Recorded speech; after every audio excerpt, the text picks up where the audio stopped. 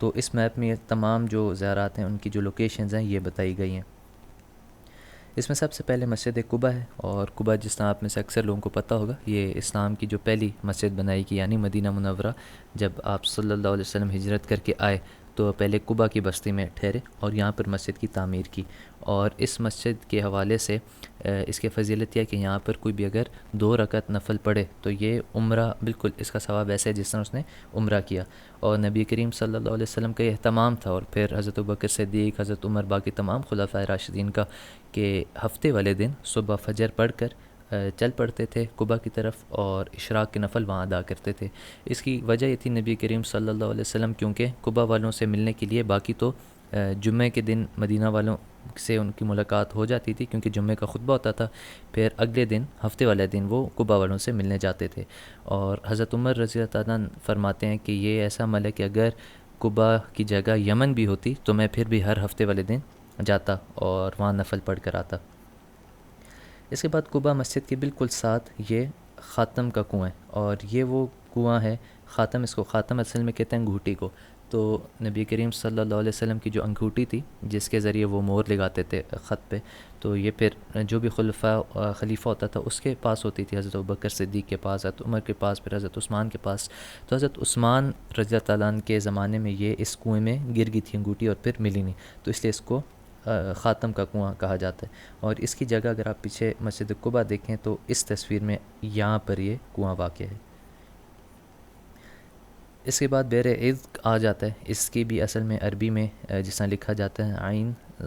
ذا اور قاف، اور یہ وہ جگہ ہے، پیچھے آپ کو بیک گراؤنڈ میں جو ہے ایک مینار نظر آ رہا ہے، قباء کا ہی مینار ہے، قباء مسجد کا۔ اور یہ وہ جگہ ہے جب ہجرت کر کے قباء میں آپ صلی اللہ علیہ وسلم اور حضرت ابوبکر صدیق تشریف فرما تھے اور تمام انصار باری باری آ کے آپ سے مل رہے تھے، تو یہاں پر آپ صلی اللہ علیہ وسلم بیٹھ کے ان کے استقبال کر رہے تھے۔ اور یہاں پر پھر وہ واقعہ آتا ہے کہ جو انصار جنہوں نے نبی کریم صلی اللہ علیہ وسلم کو پہلے نہیں دیکھا تھا تو ان کو نہیں معلوم تھا کہ حضرت ابوبکر اور نبی کریم صلی اللہ علیہ وسلم میں سے نبی کون سے ہیں، یعنی رسول اللہ صلی اللہ علیہ وسلم کون سے ہیں۔ تو جب حضرت ابوبکر صدیق نے دیکھا کہ کچھ انصار جو ہیں وہ حضرت ابوبکر صدیق سے آ کے مل رہے ہیں، تو وہ آرام سے اٹھ کے گئے اور تھوڑا سا سایہ نبی کریم صلی اللہ علیہ وسلم کے اوپر کیا، تو پھر معلوم ہوا انصار کو کہ نبی ان میں سے رسول اللہ صلی اللہ علیہ وسلم کون سے والے ہیں۔ اگلی زیارت مسجد بنو عنیف ہے، یہ قباء سے پیدل 5 سے 10 منٹ کا پیدل راستہ ہے صرف۔ اور اس حوالے سے اس کی جو تفصیل ہے، ایک صحابی تھے تو وہ جب بیمار ہوئے ان کی عیادت کے لیے آپ صلی اللہ علیہ وسلم گئے، تو انہوں نے کہا کہ میرے ادھر یہیں جگہ پر کوئی مسجد اگر بنا دیں، تو آپ صلی اللہ علیہ وسلم نے جس جگہ پر نماز پڑھی تو اسی جگہ یہ مسجد بنا دی گئی۔ اس مسجد کی خاص بات یہ ہے کہ آپ اس کا جو محراب ہے، اگر آپ وہاں پر نماز پڑھیں تو آپ کا سجدہ، یعنی سر جہاں لگتا ہے، ماتھا جہاں لگتا ہے سجدے کے وقت، وہ بالکل وہی جگہ ہے جہاں نبی کریم صلی اللہ علیہ وسلم کے قدم مبارک جہاں وہ کھڑے ہو کے انہوں نے نماز پڑھی تھی یہاں پر۔ اس کے بعد مسجد جمعہ ہے، یہ قباء سے بالکل تھوڑے سے فاصلے پہ ہے مسجد نبوی کی طرف، اور یہ وہ جگہ ہے جہاں اسلام کا پہلا جمعے کا خطبہ دیا گیا۔ جمعے والے دن نبی کریم صلی اللہ علیہ وسلم قباء سے یثرب کی طرف پھر آگے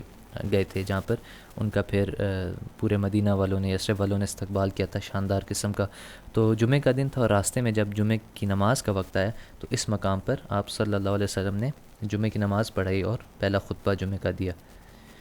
اس کے بعد مسجد عتبان بن مالک رضی اللہ تعالیٰ عنہ ہے، اور یہ بالکل جو مسجد جمعہ ہے سامنے سڑک ہے اور اس کے دوسری پار یہ مسجد ہے، اور یہ بھی ایک صحابی تھے اور نبی کریم صلی اللہ علیہ وسلم سے انہوں نے درخواست کی تھی کہ میرے لیے مسجد نبوی آنا تھوڑا مشکل ہو جاتا ہے کچھ بیماری یا معذوری کی وجہ سے، تو آپ میں گھر میں چاہتا ہوں کہ کوئی اپنے لیے مصلی بنا لوں، تو آپ یہاں پر کہیں نماز پڑھ لیں تاکہ میں اس جگہ بنا لوں مصلی اپنا۔ تو نبی کریم صلی اللہ علیہ وسلم نے یہاں پر آ کے نماز پڑھی تھی۔ اس کے بعد بئر غرس ہے، یعنی غرس کا کنواں، اور اس کنویں کے حوالے سے نبی کریم صلی اللہ علیہ وسلم نے وصیت کی تھی کہ مجھے جو غسل ہے اس کے پانی سے دیا جائے۔ اس کے بعد پھر حضرت سلمان فارسی کا باغ ہے، اور اس کی لمبی تفصیل آتی ہے کہ حضرت سلمان فارسی ایک جب مدینہ آئے، ان کا بہت لمبا قصہ ہے کس طرح وہ مدینہ پہنچے، وہ آپ کو سیرت جب آپ پڑھیں تو اس میں مل جائے گا۔ تو جب یہاں پر آئے تو ایک یہود کی ملازمت کرتے تھے اس کے باغ میں، تو نبی کریم صلی اللہ علیہ وسلم سے جب ہوگی ملاقات، اسلام بھی لے آئے، تو آپ صلی اللہ علیہ وسلم نے فرمایا کہ تم اپنے مولا سے، یعنی اپنا جو مالک ہے اس سے مکاتبت کیوں نہیں کر دیتے؟ مکاتبہ وہ ایک عہد ہوتا ہے، اس زمانے میں غلام اپنے آقا سے کرتا تھا کہ ایک فکسڈ اماؤنٹ ایگری ہو جاتی تھی، فکسڈ اماؤنٹ طے ہو جاتی تھی کہ اتنا یہ غلام اگر کما کے دے آقا کو تو وہ آزاد ہے۔ تو حضرت سلمان فارسی نے یہی عہد کیا اس یہودی کے ساتھ، اور وہ جتنی بھی قیمت تھی، کچھ کافی زیادہ 300 کے لگ بھگ درخت تھے کھجور کے، اور پھر کچھ اوقیہ سونا تھا۔ تو یہ سب جب حضرت سلمان فارسی نے مسلمانوں کی مدد سے، رسول اللہ صلی اللہ علیہ وسلم نے سب کو ترغیب دی کہ حضرت سلمان فارسی کی اس میں مدد کریں، تو یہ جب درخت بھی سارے خود نبی کریم صلی اللہ علیہ وسلم نے لگائے، اور پھر سونا بھی اکٹھا ہوا جمع کر کے دیا، تو حضرت سلمان فارسی آزاد ہو گئے۔ پھر جب بنو قریظہ اور ان سب جب فتح ہوئے اور ان کو مدینہ منورہ سے نکالا گیا، تو یہ باغ بھی حضرت سلمان فارسی کی ہی ملکیت میں آیا، اور وہ باقی عمر بھی اس میں جتنا بھی اس کا پھل ہوتا تھے غریبوں میں اور مسکینوں میں صدقہ کرتے تھے یہاں سے۔ اس کے بعد ایک جگہ مشرب ابراہیم، یہ حضرت ماریہ جو تھیں، جو کہ نبی کریم صلی اللہ علیہ وسلم کو ہدیہ کے بطور دی گئی تھیں،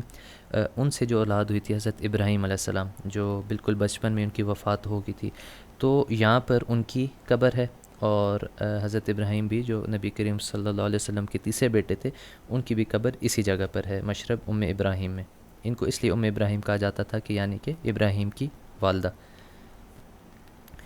اس کی اگلی جو زیارت ہے وہ کعب بن اشرف، یہ ایک بہت نامور یہودی تھا، بہت امیر ان کا یہودیوں کا ایک سردار تھا، اور شعر و شاعری کا ماہر تھا، اور نبی کریم صلی اللہ علیہ وسلم کے خلاف بہت زیادہ گستاخانہ شعر و شاعری کرتا تھا۔ تو اس کے قتل کا آپ صلی اللہ علیہ وسلم نے حکم دیا، اور 2 صحابی جس میں حضرت محمد بن مسلمہ بھی تھے، اس کو جا کے جب جہنم رسید کیا، تو یہ اس کا جو قلعہ تھا باقاعدہ، اس کے کھنڈرات ابھی بھی موجود ہیں۔ تو یہاں پر حضرت ابو عبیدہ بن حارث رضی اللہ عنہ کی قبر ہے۔ اس کے حوالے سے تھوڑی تفصیل یہ ہے کہ بدر میں جب بالکل مبارزہ جس کو کہتے ہیں، ابتداء میں 3 کفار نکلے، عتبہ نکلا، اس کا بھائی شیبہ، اس کا بیٹا ولید، اور دوسری طرف سے حضرت حمزہ نکلے، حضرت علی نکلے، اور تیسرے جو شخص تھے وہ یہ ابو عبیدہ بن حارث رضی اللہ عنہ نکلے۔ تو حضرت حمزہ نے بھی کام تمام کر دیا، اب تک جو سامنے دشمن تھا، حضرت علی نے بھی، لیکن یہ حضرت ابو عبیدہ بن حارث جو تھے، تھوڑی عمر ان کی زیادہ تھی، تو ان کو بالکل جو دشمن تھا اس نے جو تلوار ماری تو ان کے پاؤں بالکل کٹ گیا پاؤں، اور اتنے میں حضرت حمزہ اور حضرت علی آگے، اور دشمن کا تو کام تمام کیا، لیکن حضرت ابو عبیدہ جو تھے یہ زخمی حالت میں واپس لائے گئے، اور بدر میں ظاہر سی بات ہے پہ شریک تو نہ رہ سکے باقی جنگ میں، لیکن ان کی اسی زخم سے جو وفات ہوئی تھی، تھوڑا سا جب بدر سے واپس جا رہے تھے مسلمان، تو تب وفات ان کی ہوئی، اور ان کو راستے میں ہی پھر دفن کیا گیا۔ تو یہ وہ جگہ ان کی قبر کی، اس کے حوالے سے آتا ہے یہ کیونکہ راستہ جہاں ان کو دفن کیا گیا یہ کافی ایسی گزرگاہ تھی، جب مدینہ آتے جاتے تھے صحابہ، تو ایک دفعہ نبی کریم صلی اللہ علیہ وسلم اور صحابہ یہاں سے گزر رہے تھے، تو صحابہ نے رسول اللہ صلی اللہ علیہ وسلم سے کہا کہ ہمیں ایک بہت شاندار قسم کی خوشبو یہاں سے محسوس ہو رہی ہے جگہ سے، تو تب رسول اللہ صلی اللہ علیہ وسلم نے کہا کہ کیوں نہ محسوس ہو، یہاں پر حضرت ابو عبیدہ بن حارث کی قبر ہے۔ اگلی جو زیارت ہے مسجد العریش ہے، اور یہ وہ چھپڑ ہے یا وہ خیمہ ہے جو رسول اللہ صلی اللہ علیہ وسلم کے لیے بنایا گیا تھا بدر کے دن، اور یہ یعنی کہ میدان بدر جہاں پر جنگ ہونی تھی اسے تھوڑا پیچھے کر کے تھوڑی سی اونچائی پر بنایا گیا تھا حضرت سعد بن معاذ کی رائے پر، اور وہ یہ رائے تھی کہ یہاں پر کھڑے ہو کے رسول اللہ صلی اللہ علیہ وسلم تمام اپنے لشکر کی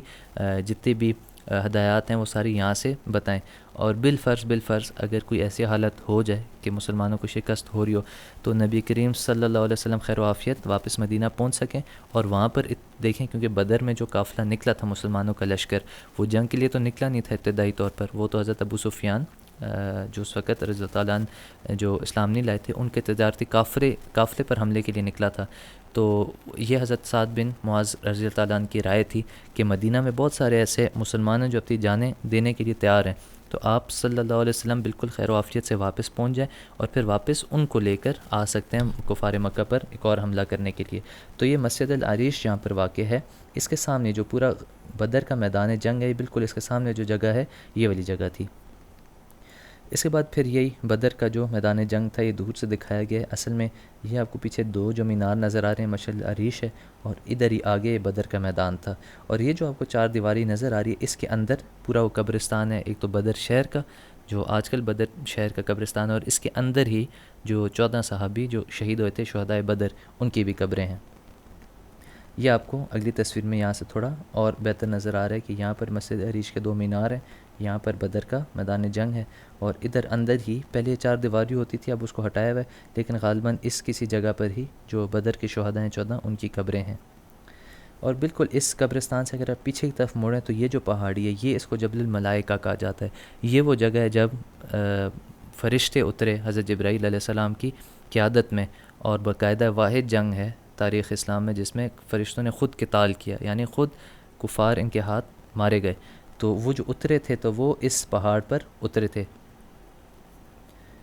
اس کے بعد جب واپس آپ بدر سے جا رہے ہوں گے مدینہ کی طرف تو یہ راستے میں ایک روحا کی وادی آتی ہے اور کنواں آتا ہے، اور یہ ایسا کنواں ہے کہ اس میں بہت سارے انبیاء نے اس کنویں سے پانی پیا، اور نبی کریم صلی اللہ علیہ وسلم نے بھی یہاں پر رک کر پانی پیا تھا بدر سے واپس آتے ہوئے۔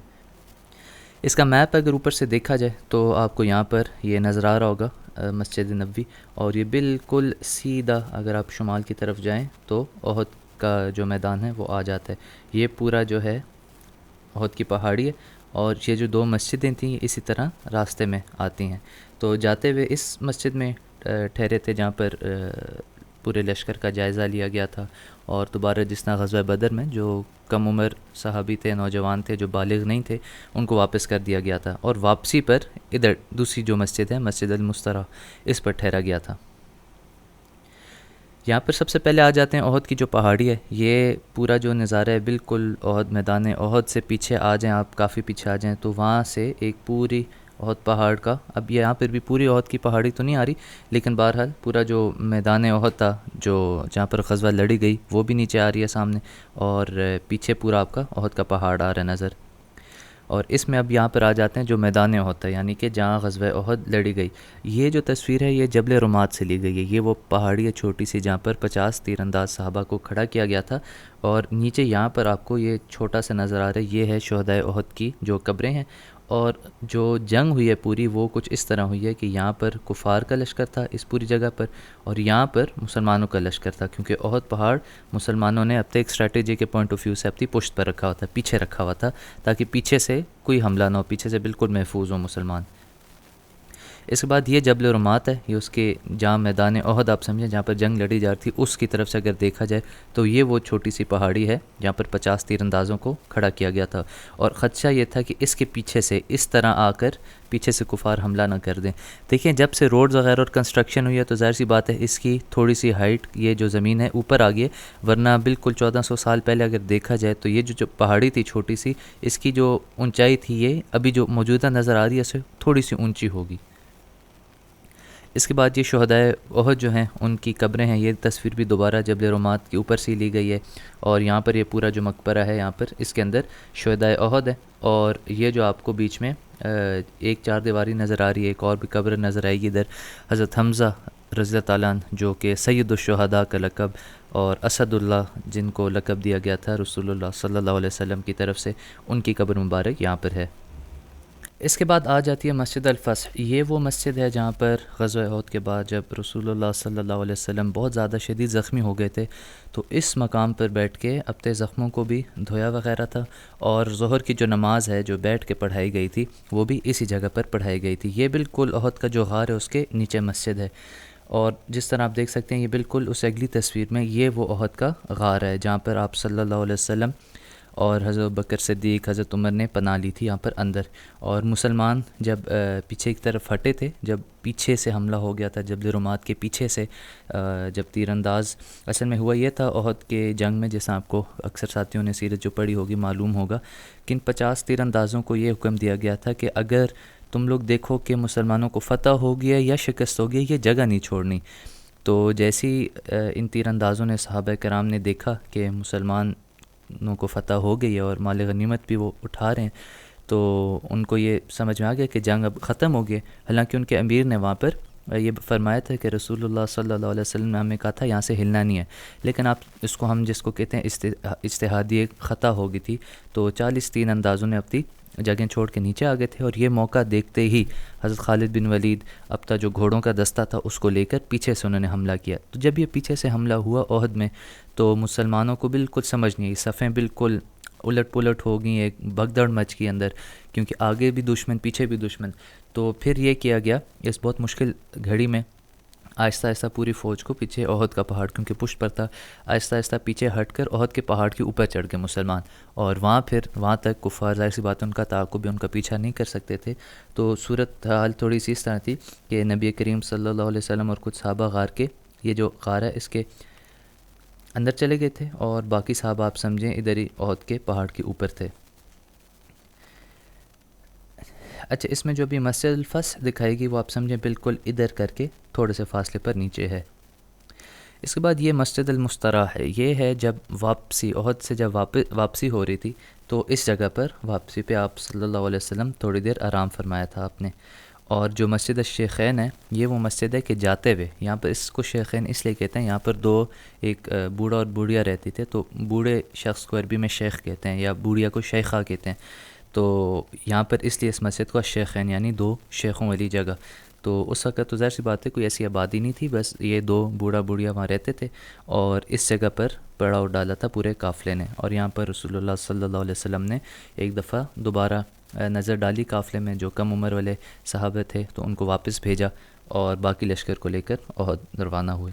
سب سے پہلے اس کا اوپر سے ہر زیارت کی طرح ایک میپ ہے، یہ آپ کو یہاں پر مسجد نبوی نظر آ رہی ہے، اور یہ تمام زیارات آپ جس طرح دیکھ سکتے ہیں اس طرح کر کے مغرب کی طرف اور شمال کی طرف ساری واقع ہیں۔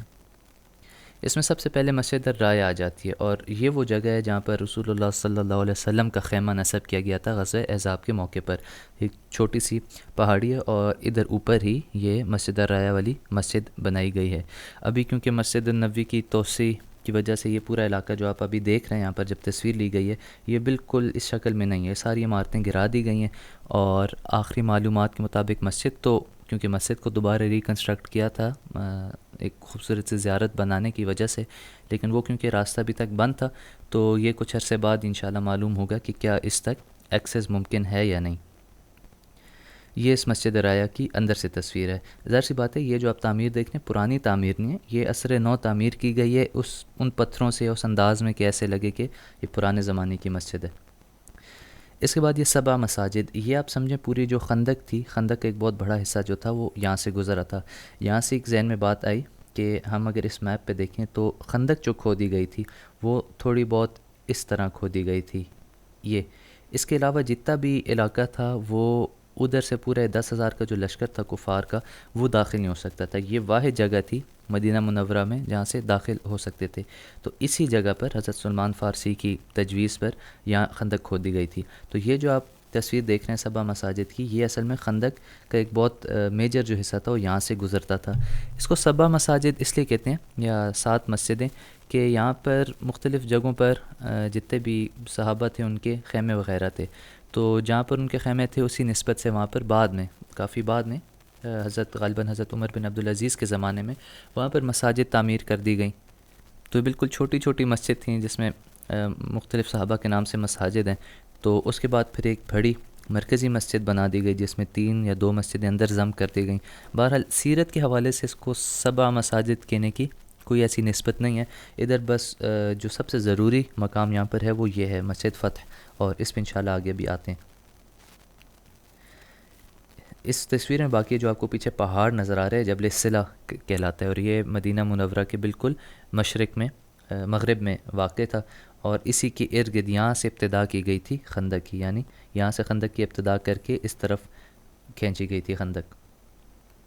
اس کے بعد مسجد قبلتین ہے، یہ وہ جگہ ہے جہاں مدینہ منورہ جب ہجرت ہوئی تو اس کے 17 ماہ بعد اسی مسجد میں رسول اللہ صلی اللہ علیہ وسلم ظہر کی نماز پڑھا رہے تھے، امامت فرما رہے تھے، تو اس کے دوران ہی وحی آئی کہ اب رخ آپ اب مسجد الحرام کی طرف پھیر دیں، پہلے بیت المقدس قبلہ ہوتا تھا۔ تو یہ ایک ایسا خوبصورت منظر تھا یا ایک منفرد منظر تھا کہ ایک ہی نماز میں 2 قبلوں کی طرف یہ پڑھی گئی نماز، اور اتفاق سے ہے ایسے کہ آپ سمجھے یہ مدینہ ہے، نیچے مکہ ہے اور اوپر بیت المقدس ہے، تو پہلے اس سمت میں قبلہ تھا اور بالکل پورا آپ سمجھیں 180 ڈگری الٹا پھریں نماز کے اندر، تو رسول اللہ صلی اللہ علیہ وسلم پھریں اور پیچھے تمام کی تمام صفیں، مردوں کی عورتوں کی، یہ بھی ان کے پیچھے صفیں ساری پھری ہیں۔ اس میں آپ اندازہ لگائیں صحابہ کرام کی اطاعت کا کہ نماز ہو رہی ہے، اور انہوں نے یہ کچھ نماز میں نہیں پوچھا کہ یہ رسول اللہ صلی اللہ علیہ وسلم رخ کیوں اب تک بدل رہے ہیں، بس بالکل جس طرح دیکھا اسی طرح پیچھے اطاعت کر کے ان کے پیچھے وہ بھی انہوں نے بھی اب تک رخ بدل دیا۔ اس کے بعد بیر روم ہے، یہ وہ باغ ہے اور وہ کنواں ہے جو حضرت عثمان ذو النورین رضی اللہ تعالیٰ نے ایک یہود سے خرید کر مسلمانوں کے لیے وقف کر دیا تھا۔ یہ مدینہ میں کافی جو کنویں تھے ان کا جو پانی تھا وہ کھٹا تھا، اور یہ چند ان کنوؤں میں سے ایک کنواں تھا، ایک یہودی کی ملکیت تھی جس کا پانی جو تھا وہ میٹھا تھا۔ تو رسول اللہ صلی اللہ علیہ وسلم، اچھا یہ جو یہودی تھا مسلمانوں کو بہت مہنگے دامن بیچتا تھا اس کا پانی، تو رسول اللہ صلی اللہ علیہ وسلم نے فرمایا صحابہ سے کہ کون ہے جو اس کنویں کو خرید کر اپنے لیے جنت اس کے بدلے میں خرید لے۔ تو حضرت عثمان رضی اللہ تعالیٰ عنہ، جس طرح ہر مقام پہ جب بھی اسلام کو کسی مالی امداد یا مدد کی ضرورت پڑی ہے تو حضرت عثمان رضی اللہ تعالیٰ عنہ کا ہمیشہ مال حاضر ہوتا تھا، تو انہوں نے یہ کنواں یہودی سے خرید کر مسلمانوں کے لیے وقف کر دیا۔ آپ حیران ہوں گے کہ ابھی تک اس زمانے سے لے، کیونکہ وقف ایسی ہوتی ہے چیز کہ قیامت تک وہ پھر وقف میں ہی رہتی ہے، تو یہ کنواں، یہ باغ، اس کے جتنے بھی آمدن آتی ہے، اور بھی حضرت عثمان رضی اللہ تعالیٰ عنہ کی کافی مدینہ میں اس طرح کی چیزیں، اس کی آمدن ابھی تک مسلمانوں کے لیے صدقہ اور خیرات میں استعمال ہوتی ہے، یہاں تک کہ جب یہ بینک اکاؤنٹس اور بینکس کھلنے لگے مدینہ منورہ میں تو باقاعدہ حضرت عثمان رضی اللہ تعالیٰ عنہ کے نام سے ایک بینک اکاؤنٹ کھولا گیا کہ یہ جتنے بھی آمدن ان کی آتی ہے، تو آپ دیکھیں کیا زبردست صدقہ جاری حضرت عثمان کا ابھی تک چل رہا ہے۔ اس کے بعد پھر یہ زیارت آتی ہے جس طرح ابھی پہلے گزرا، جبل صلا کے بالکل دامن میں مسجد الفتح، یہ وہ جگہ ہے جہاں پر رسول اللہ صلی اللہ علیہ وسلم نے 3 دن مسلسل کفار کے لیے بد دعا کی۔ جب غزوہ خندق یعنی غزوہ احزاب میں کفار ایک طرف خندق کے تھے، کافی عرصہ گزر گیا تھا اور کچھ صورت ہی نکل رہی تھی، تو یہ بد دعا کی گئی کہ یا اللہ ان پر کسی طرح ان کو یہاں سے نکال دیں۔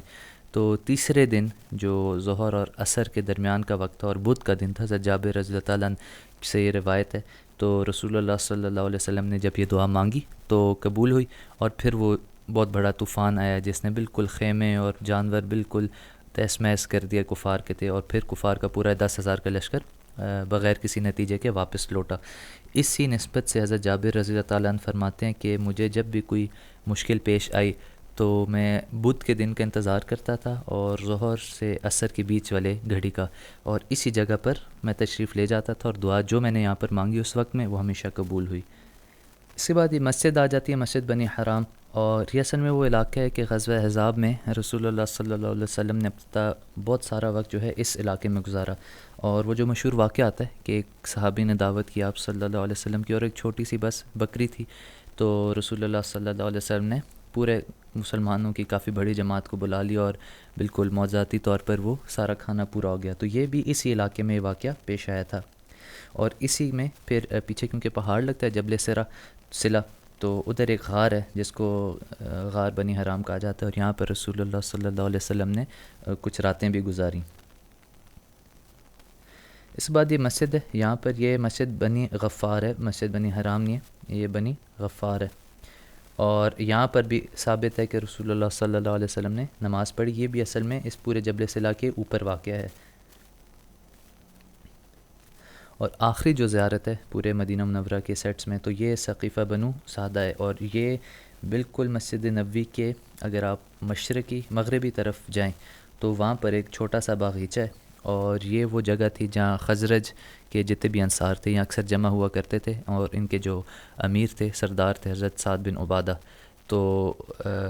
ان کی جب رسول اللہ صلی اللہ علیہ وسلم کا وصال ہوا تو یہ بات آئی سامنے کہ اب خلیفہ کون بنے گا، تو اس جگہ پر یہ سارے انصار جمع ہوئے تھے، اور بس ان قریب یہ بات کافی قریب تھی کہ حضرت سعد بن عبادہ کی بیعت ہو جائے، کہ حضرت ابوبکر صدیق رضی اللہ تعالیٰ عنہ اور حضرت عمر، حضرت ابو عبیدہ کوئی بات پتہ چلی اور وہ دوڑتے ہوئے وہاں گئے، اور ایک مختصر مشاورت کے بعد تمام جو صحابہ تھے متفقہ طور پر حضرت ابوبکر صدیق کی انہوں نے بیعت کی۔